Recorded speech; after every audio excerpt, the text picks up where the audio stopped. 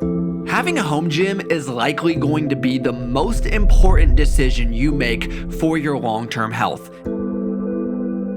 And as a gym rat, I hate that it's true, but it is what has allowed me to stay on a consistent workout regimen throughout every phase of life. Now, when you go online and you look at home gyms, you're probably going to be intimidated by all of the different options, as well as all of the space and money required to build them. You have to remember that people like me, we're hobbyists. We don't build over-the-top gyms because it's necessary.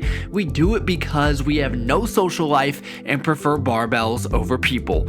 I'm not going to get into building a home gym in this video. All of my equipment is linked down below if anyone is interested, but you can spend as much or as little as you want and find room no matter what your living arrangements. My wife, for example, doesn't even use my gym and works out every day using a yoga mat and 2 sets of dumbbells in our bedroom. You look good.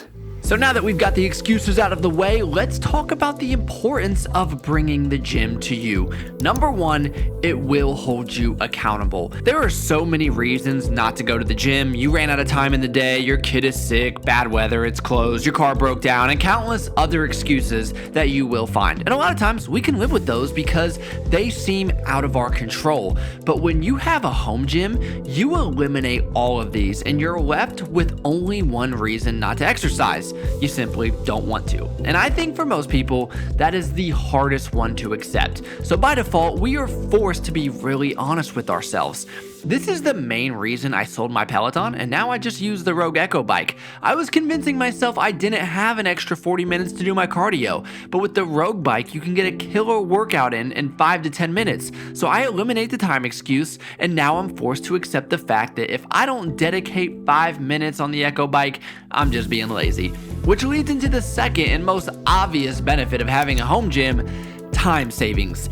Time is everyone's most limited resource. Some of us may truly only have an hour a day to spare for the gym.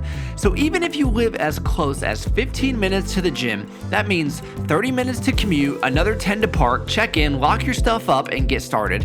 Now you're left with 20 minutes. This will deter almost everyone from going to the gym in the first place, but if you're the rare minority that will still show up, you've essentially lost 40 minutes that could have been allocated to your workout. And those 40 minutes extrapolated across days, months, and years can make a profound difference on your health and fitness goals.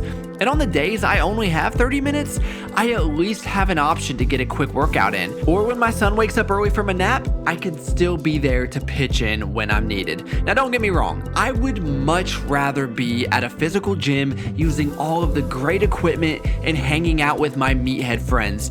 And I would argue I would have much better workouts and see better results.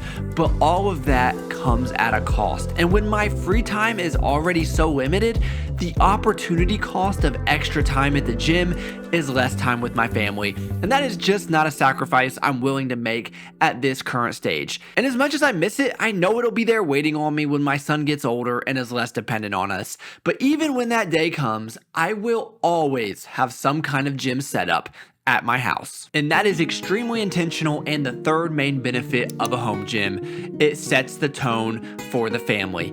People tend to bring whatever is most important to them into their homes. Just look around the average American house. We've got big screen TVs, iPads, video games, computers, and all types of items we deem necessary. My son is only 17 months old and I can already tell he watches my every move. I need to be the example for him and demonstrate how important it is to take care of your body.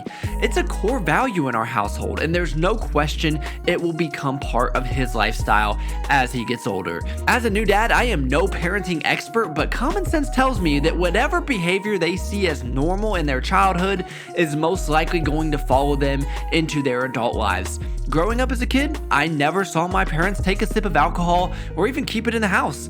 I imagine that explains part of the reason I have no interest in it even at 34 years old. And maybe exercise isn't currently the norm in your household, but it's never too late. I believe the best way to lead is by example, and if you want the change, you have to be the change. So even if you don't want to do it for you, do it for the people that are watching you.